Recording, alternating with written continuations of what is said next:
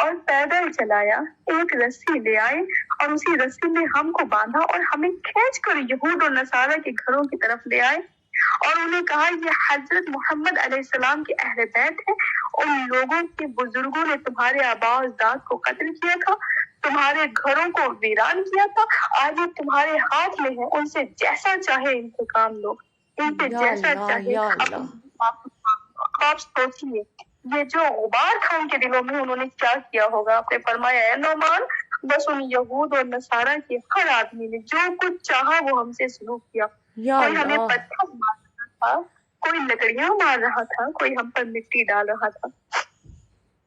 جبکہ یہ وہ لوگ ہیں کہ قرآن جن کے گھروں میں بھی حکم دے رہا ہے کہ اجازت لے کے جایا کرو، ان کے آگے اپنی آوازوں کو دھیمے رکھا کرو، وہ لوگ ہیں یہ لوگ۔ جبکہ جی یہی ہے نا کہ معرفت نہیں تھی، اس طرح سے ناش نہ کروایا جائے لوگوں کو اور یہ مسائل پیش آئے۔ نعمان نے پوچھا چھٹی مصیبت کیا تھی مولا؟ مولا نے کہا یزیدی فوج ہمیں بردہ فروشوں کے بازار میں لے گئی تاکہ ہمیں غلاموں اور کنیزوں کی طرح بیچ سکے۔ پوچھا اللہ، مولا ساتویں مصیبت؟ مولا نے فرمایا ہمیں اس زندان میں قید کیا گیا جس کی نہ چھت تھی، نہ دن کو دھوپ ستاتی تھی اور رات کو سردی، بھوک اور پیاس نے ہمارا برا حال کر رکھا تھا، ہر وقت قتل کی دھمکیاں ملتی تھی۔ یہی وہ حالات تھے جس کی بنا پر آپ شام کو بہت یاد کرتے تھے۔ جب کوئی پوچھتا نا مولا سے، آپ فرماتے سب سے زیادہ مسائل مجھے جو ملے ہیں وہ ہے شام شام شام۔ اللہ، بے شک خواہر آپ نے ہمیں بالکل سچ اور صحیح ہسٹری بتائی ہے۔ اب امت مسلمہ پر واقعی اگر کوئی سچا کلمہ پڑھنے والا ہے تو اس پر واجب و لازم ہے کہ وہ دیکھے کہ اس کے رسول کے بیٹے پر یہ کس نے مصائب ڈھائے۔ ہم یہ نہیں کہہ رہے ہیں کہ ہمارا کہنا مانیں، اس پر یہ واجب ہے کہ جائے اور دیکھے اور اتہاس کھنگالے کہ کون ظالم تھے وہ اور کس نے یہ چالیں چلی کہ جو اس طرح سے اہل بیت محمد، جو میں نے پہلے بھی کہا کہ یہ ہے کہ جن کے نہ آگے چلو نہ ان سے ادب سے کلام کرو، ان کے گھروں میں اجازت لے کر جاؤ، ان پر اتنے مصائب ڈھائے اور اتنا زیادہ ظلم ڈھائے، تو یہ کون لوگ تھے اور کس کی چال تھی؟ امت مسلمہ پر لازم ہے اگر وہ رسول کا کلمہ پڑھتی ہے تو۔ خواہر میرا تیسرا سوال آپ سے یہ ہے کہ جب یہ واقعہ ہو گیا سارا، شام والا بھی کربلا والا بھی، تو ہم دیکھتے ہیں کہ ہمارے چوتھے امام سجاد علیہ السلام جو امام حسین کے بیٹے تھے اور واقعی کربلا کے بعد امام تھے، تو اب ہم دیکھتے ہیں کہ مدینے جاتا ہے قافلہ سارے مصائب کے بعد، تو مدینے میں چوتھے امام کی کیا طرز عمل تھا اور کیا زندگی رہی؟ جی بہت بہترین سوال جو امام سجاد علیہ السلام اور اہل بیت علیہ السلام کے اخلاق کو اجاگر کرنے والا سوال ہے۔ بے یہ تو شک، فطرت یہ کہتی ہے کہ اگر کوئی بیٹا ہے اور اس کے باپ کے ساتھ کوئی بے ادبی کرے، صرف بے ادبی، جی جی قتل کی نوبت نہیں، تو وہ بیٹا برداشت نہیں کر سکتا بالکل، اور اس کا طرز عمل مختلف ہو جاتا ہے اپنے باپ کے دشمن کے ساتھ، اس کا طرز عمل بدل جاتا ہے، ساری چیزیں وہ درکنار کرتا ہے اور دل میں یہ ہے کہ اس نے میرے باپ کے ساتھ بے ادبی کی ہے۔ بے لیکن شک، وہ بیٹا جس کے باپ کو سامنے ہی قتل کر دیا جائے، شہید کر دیا جائے، سوچئے اس کے دل پر کیا گزری ہوگی، جو مصائب نہیں بھلا سک رہا، پوری زندگی مصائب کو یاد کر رہا ہے، تو اس کا طرز عمل دشمنوں کے ساتھ کیا ہونا چاہیے۔ فطرت تو یہ کہتی ہے کہ بہت برا سلوک ہونا چاہیے، جی جی، ایک انتقام ہونا چاہیے، لیکن وہ تربیت اہل بیت، واہ واہ، انہوں نے کیا اخلاق پیش کیا ہے۔ اگر ہم دیکھیں تو آپ دیکھیے مروان، جی کون جی، سی شخصیت ہے مروان، جس نے کوئی کسر نہیں چھوڑی ہے اہل بیت پر ظلم کرنے سے۔ بے شک، سب جانتے تاریخ ہیں گواہ ہے، مروان کون ہے، تاریخ گواہ ہے، تاریخ گواہ ہے، اور ہر انسان جانتا ہے کیا کام نہیں کیا اس نے، چاہے مولا کائنات ہو، چاہے امام حسن مجتبیٰ ہو، کوئی بھی ہو، ہر ایک کے ساتھ برا سلوک کرنے والا یہ مروان موجود تھا۔ بے لیکن شک، امام نے اس کے ساتھ کیا طرز عمل اختیار کیا؟ جب واقعہ کربلا ہو چکا، ہر ایک کی ذمہ داری مروان کی گردن پر، اور آخر میں یہ نوبت پہنچتی ہے خود بنی امیہ اس سے تعلقات کو چھوڑ دیتے ہیں، تعلقات ختم کر لیتے ہیں کہ اب اس سے کوئی تعلق نہ کرے، کوئی اسے رہنے کے لیے جگہ نہ دے۔ کوئی اس سے رابطے قائم نہ کرے، وہ بنی امیہ جس کے لیے ابھی تک یہ کام کر رہا تھا، اب جو خود بھی وہی ہے، اور اب اس کا طریقہ دیکھیے کہ جگہ جگہ جا رہا ہے. طرز عمل دیکھے مولا کا، جگہ جگہ جا رہا ہے. اب نہ رہنے کے لیے گھر ہے، اپنی بیوی اور بچوں کو لے کر جا رہا ہے، نہ کوئی رہنے کے لیے گھر دے رہا ہے، نہ ہی کوئی اور آسائش اس کے پاس موجود ہے. کبھی سڑکوں پر جا رہا ہے، کبھی گلیوں میں رات گزار رہا ہے. ہر ایک کے پاس جاتا ہے کہ کوئی ہے جو مجھے گھر دے دے کرائے پر. کہا کہ ہم سب کو دے لیں گے مروان، لیکن تجھے نہیں دیں گے.